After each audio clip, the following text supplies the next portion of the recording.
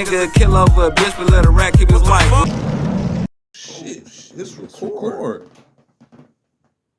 Driver's license with her real name, but we're still going to be calling her Jane. And so Jane grew up in California, and as far as her relationship with Diddy goes, it lasted for a pretty lengthy period from 2021 all the way up until 2024. And notably, she said the relationship ended when Diddy got arrested. And so I thought that was kind of an interesting point. I didn't realize the relationship had lasted that long. And so she said that the two first met like for real on a girls trip to Miami, because actually her friend at the time, or the friend that she still has, was dating him around this time period. But she says she's met him before at a Father's Day celebration, kind of in passing. And so she explained even in 2020 that she was drawn to him instantly. She said very nice things about him, that he was really sweet. They went on a yacht, they had drinks, they were flirty together. Also interesting is that Diddy had notably given her a lot of money at times. And so money to either pay for her rent, money to fly out to go see him, just a lot of money that was that she was getting from Sean Combs. Jane had explained that Diddy was larger than life. He was super charming. He was immediately immersed in conversations with her, and that their first date lasted a long period of time. It lasted 5 days. She said on that first date she had told Diddy about the relationship she was in with someone who was close to Diddy, and also kind of explained her child's father's relationship and that the two don't necessarily get along, and Diddy said that he didn't mind that. And she said on their first date together that they made lots of love. That's how she described it. During the trip, Jane said that she started to use some types of drugs, including ecstasy. She said she had taken it before, but that Diddy was the one who suggested it at various. Entertainer or escort was a man named Don, and she could tell that Don and Diddy kind of knew each other. She said she got a sense that they knew each other. Diddy was telling her to relax. She was nervous. She began dancing. Then she took off her robe and Dawn got turned on. And next thing you know, Dawn is coming closer to her and it's starting to make her try to feel comfortable. And while all of this was going on, Diddy was watching this and he was pleasuring himself or masturbating. And Dawn suggested that she perform oral sex on him, and Diddy was watching throughout all of this. And so before we even talk about her testimony, she is testifying under a pseudonym, Jane. That's not her real name. The courtroom sketches are actually blurring her face.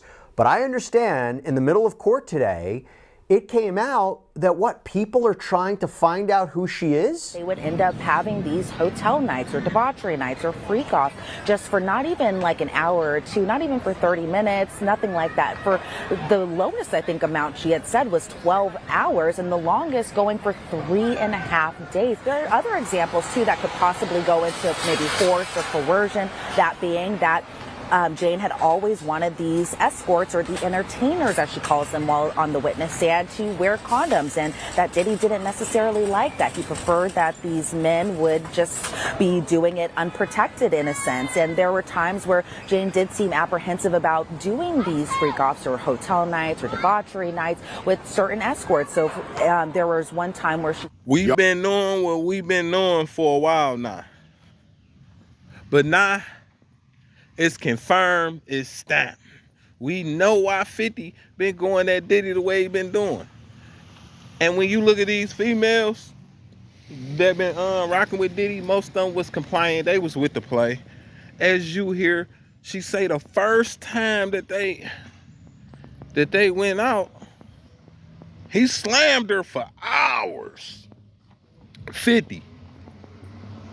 I remember when Vivica was saying you was an animal in the bed. Nigga, she left you and went to Diddy? What's going on? And I see like niggas of a top tier or a statue. I don't know why y'all don't get y'all females from elsewhere. Y'all get the women that's in the game and got access to everybody around you that could make you look bad. And your son. That's the major thing about this.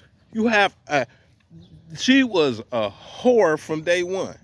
And it was nothing you could do about it. It wasn't nothing. She enjoyed everything that was going on. Now, your son, my nigga, he got to grow up. This is in the public's eye. That his mama is one of them. And it's documented. Your son gonna get joked about. Look, They gonna be shooting at you. You see what the internet doing already. Your son, Cyrus, whatever his name is. See, 50 always got the gun. This time, even though Diddy going down, right? 50 ain't got the gun. The rabbit got the gun. Who is the rabbit? Diddy. Diddy ain't got to say nothing. Just this case alone of her sitting on that stand, getting questioned, and all this is coming out. It's coming out. So I don't really, 50 always have his way, right? He's not going to cry about it. No, 50 ain't going to do nothing like that. But y'all remember when 50 went and got Rick Ross' baby mama? Huh? Nah, this the thing. Tables turn, but the seats stay the same. The seats still the same, but the tables turn. You may have to deal with the things that you dished out. Nah, am I trying to clown 50? No, because somebody took one of mine down through there too. But they ain't take her on no freak offs, nigga. Everybody ain't get a piece, nigga. And she sitting there, she speaking highly of Diddy with his little meat. Man, what? That's the thing, bro. Y'all leave a comment. Let me know what y'all think about this. It wasn't no point of putting her up there as a Jane Doe. Why they put her up there as a Jane Doe? The world know. The world know who she is. Like, don't put her up there as a Jane Doe. Exploit her. Say her name. No Jane Doe. Don't do that. Don't do that. No, put her name out there. That spicy nugget want to do and be what she want to be and embarrass her kid and the baby daddy for picking you, and then you go do these kind of activities, unlimited baby oil and Astroglide. Yeah. That's a problem. That's a problem for me. That's a problem for 50. That's a problem for your son. How you doing? That's a problem for your son. Reading this a problem for me.